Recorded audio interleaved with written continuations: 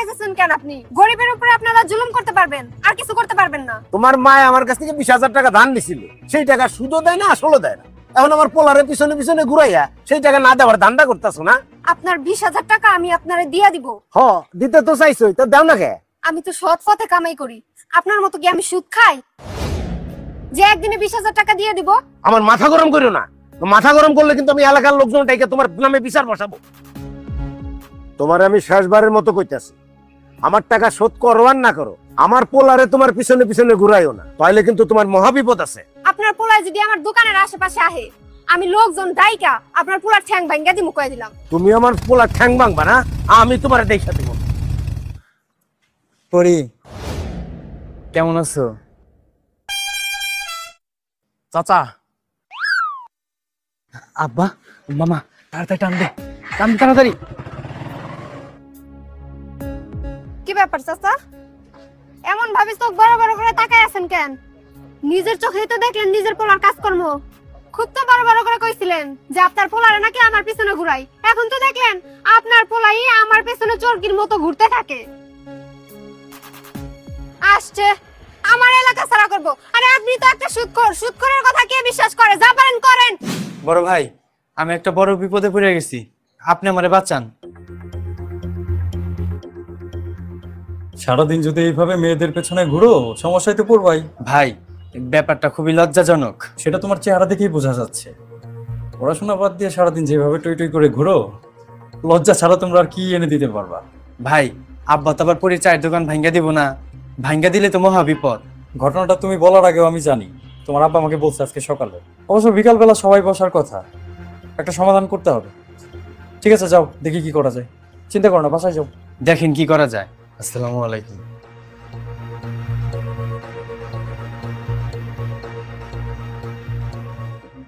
একটা মানুষের দোকান ভেঙে দিতে গেলে একটা যুক্তি কারণ তো থাকতে হইব নাকি? এমনি এমনি তো একটা মানুষের দোকান ভেঙে দেওয়া যায় না, তাই না? এই ঘোড়ার ডিমের কথাবার্তা আপনি আমার সামনে কইেন না, বুঝছি? আপনার যদি আমার কোনো কাজ হবে না, আপনার কাছে আসাই আমার ভুল হইছে। এলাকাটা তার আমার একার কথাই চলে না। ভুলে যায়েন না, আমার জ্ঞাতি গোষ্ঠীর ভোটের থেকে আমরা 350 ভোট পাই মেম্বার হয়েছে। আপনাদের ভোটার আমার দরকার আছে, কিন্তু তাই বইলে আমি যা খুশি তাই করি, মানুষ তো আমার উপর খুব দইব। আমার সাথে যদি বুজুং বাজুং করেন, তাইলে আগামীতে আর মেম্বার ওয়ান লাগবে না। ভাই, ইয়াং ছেলে পেলেদের যে লিডার মানে হেড, ওর লোকে বসতে হবে, ওর সাথে আলোচনায় বসলে এর একটা বিহিত করা যাবে। সব যদি অগকথাই চলে, তাহলে আমি আপনার কাছে এলাম কি? আরে আমি আমরা কোনো কামেরই না। থাকেন। জি ভাই যান, আমি আপনার জন্য সর্বোচ্চ করার চেষ্টা করবো। আরে আমি আমরা কোনো কামেরই না। হ্যালো, ওই সুদ করে তো আবার ঝামেলা লাগাইছে, দেখো তো বাবা কি করা যায়।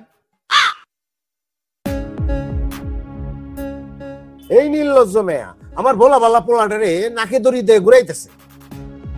এইরকম মেয়া যদি এই এলাকায় থাকে, তাইলে এলাকার পোলা মানে সব চরিত্র সব নষ্ট হয়ে যাবে। জি, আপনি ঠিক বলেছেন। চাচা, একটা কথা বলি, কিছু মনে করবেন না। আপনার ছেলে তো বাচ্চা না, সে যথেষ্ট সাবালক, তার বয়স হয়েছে। তাকে ফুসলায় ফাসলায় একটা মেয়ে দোকানে ডেকে নিয়ে যাবে, এটা তো মানা যায় না। তুমি ঠিক বলছো। আমি বুঝলাম আমার পোলা দুধের শিশু না, কিন্তু এই মেয়া যা করতেছে এটাও কিন্তু ঠিক না। আরে ধর্মেরও তো একটা ব্যাপার আছে না? চাচা, আপনার কথা কিন্তু আমরা বুঝলাম না। আরে ও একটা মেয়ে মানুষ, সাবালিকা, ওর কি এরকম একটা চায়ের দোকান করা মানা? আমি চায়ের দোকান করি, তাতে আপনার সমস্যা কি? আমার ঘরে খাবার না থাকলে আপনি কি যায় কিনা দিবেন? আরে পর্দার বিধানও তো মানে না। আরে আমাকে বাড়ি মা মনে কোথায় গেতে হোক, পর্দার বিধান কারে কয়? আরে তারা তো ঘরের থেকেও বের হয় না। আমার কথায় কি যুক্তি আছে কিনা কন? ঠিক। আরে এই মেয়ে যা খুশি তাই পোশাক পরে ওই পাড়ার মোড়ে গিয়ে দোকানদারি করতেছে, এটা কি ঠিক? চাচা, ধর্মের কথা যেহেতু আপনি বললেন, আপনাকে একটা প্রশ্ন করি। ধর্মের বিধান আমরা সবাই ঠিকঠাক মতো মানি তো? মানবো না কে? সবারই মানা উচিত। হ্যাঁ ঠিক। তা আপনি যে সুদ খান, এটা ধর্মের কোন জায়গায় আছে একটু বলবেন চাচা? আরে এটা কেমন কথা হলো? আরে আমি কি সুদ খামো কে? আমি তো মানুষের টাকা পয়সা ধার দিয়ে সাহায্য করি। আরে মা, তার যখন বিপদ হয়েছিল তখন আমি যে 20,000 টাকা না দিলে তার বাড়ি ঘর সব বেচা লাগতো। আমি করি মানুষের উপকার, আর তুমি কম মানুষের সুদ খাই। কত যে সাহায্য করেন তা আমাগো জানা আছে। জি চাচা, আপনি নিঃসন্দেহে একজন মহৎ মানুষ, আমাদের কারো তাতে কোনো সন্দেহ নাই। তা পড়ি, তোমার মা চাচার কাছ থেকে কত টাকা নিছিলেন বলো তো? আমি তো নিজের চোখে দেখি নাই। মাই বলছে এই লোকের কাছ থেকে নাকি 20,000 টাকা নিছে। তো এখন পর্যন্ত টাকা শোধ করতেছো না কেন? উনার 20,000 টাকার উপরে আরো 34,000 টাকা সুদ দিছি। তারপরে নাকি উনার 20,000 টাকা রয়ে গেছে। আরো যে এইভাবে কত 20,000 টাকা নিব তার কোনো ঠিক নাই। হ্যাঁ ঠিক। আরে আমি তো কিছু কই নাই, কিসের ঠিক ঠিক কন। তো চাচা আপনি ওর মাকে টাকা দিছিলেন 20,000, তার উপরে সুদ নিয়ে ফেলছেন 34,000 টাকা, তারপরও আপনার 20,000 টাকা আর শেষ হচ্ছে না। আবার আপনি বলতেছেন আপনি নাকি সবাইকে উপকার করেন। শুধু আমি একা না, এই গ্রামের প্রত্যেকটা লোকই তার ব্যবহারে অতিষ্ঠ। এই আপনার উপকারের নমুনা। মেম্বার সাহেব, এই বিষয়ে আপনার কিছু বলার আছে? ঠিক। আচ্ছা কাউসার, তোমাকে একটা প্রশ্ন করি, এই মেয়ে তোমাকে কি কখনো ফুসলাইছে বা তোমাকে কখনো ওর দোকানের সামনে যেতে বলছে? আরে ওই কস না কে ক, তরে যে ফুসলাইয়া ফাসলাইয়া ডেইলি ডেইলি দোকানে যাইতে ক, এটা ক। বাবা, আমি মিথ্যা কথা বলতে পারবো না। আপনি যত পারেন আমারে বকেন, কিন্তু পরীরে কিছু বললেন না। আমি নিজেই ওরে পছন্দ করি, এর জন্যই তো আমি প্রতিদিন ওর দোকানের ওইখানে যাইতাম। তোরে বাইতে নিয়া। আচ্ছা চাচা, আমরা তো একটা বিচারের মধ্যে বসছি, চিৎকার চেঁচামেচি এই জায়গায় না করি। আপনি বরং আপনার ছেলেকে বাসায় যেয়ে ভালো করে বুঝায়। তবে আপনাকে একটা কথা বলি, আপনার ছেলেও সাবালক, পরিও কিন্তু সাবালিকা, দুজনেরই যথেষ্ট বয়স হয়েছে। ওরা যদি দুজন দুজনকে ভালোবাসে আর বিয়ে করে, তাহলে সেটা থামানোর মতো সাধ্য কিন্তু কারো নাই। আর নিজের প্রতিপক্ষরে হারানোর জন্য আপনি যদি এর মাঝখানে ধর্মকে টেনে আনেন, সেই ফাঁদে কিন্তু আপনিই পড়বেন। ও একজন গরিব মানুষ, ও আপনার কোনো ক্ষতি তো করে নাই, বরং আপনার ছেলেই প্রতিদিন ওর দোকানের সামনে যেয়ে দাঁড়াই থাকে। এতে কি হয় জানেন? ওরে নিয়ে সমাজে নানান রকমের কানা ঘোষা হয়। মেয়েটার বাবা নাই, বিপদে পড়েই আপনার কাছ থেকে টাকা নিছিল। এখন মেয়েটা চায়ের দোকান করে আপনার টাকা কিন্তু পরিশোধ করতেছে। আজকে যদি এই মেয়ে কোনো ধরনের কাজ না করতো, আপনার সুদের 34,000 টাকা আপনি কোত্থেকে নিতেন বলেন?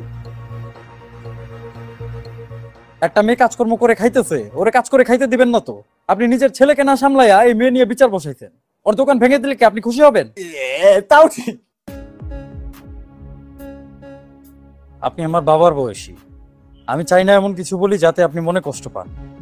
ধর্মকে আমিও মানি, এই মেয়েটাও ধর্ম মানে না যে তা না, কিন্তু আজকে সে পরিস্থিতি শিকার বলেই দোকান করতেছে।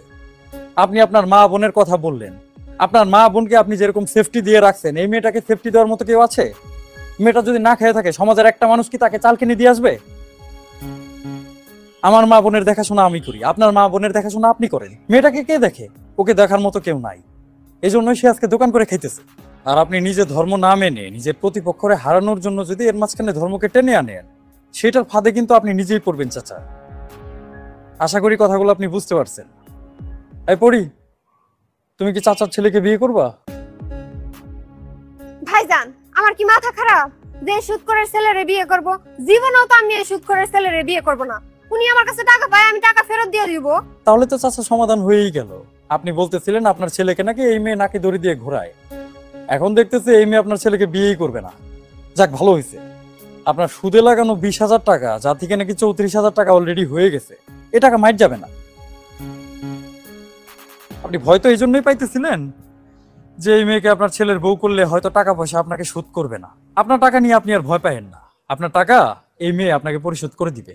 আরেকটা কথা, আপনার ছেলেকে বলে দিয়েন যাতে ওর দোকানের সামনে গিয়ে ওকে বিরক্ত না করে। ওরা তো কাজকর্ম করে খেতে হয়, নইলে আপনার সুদের টাকা শোধ করবে কিভাবে বলেন?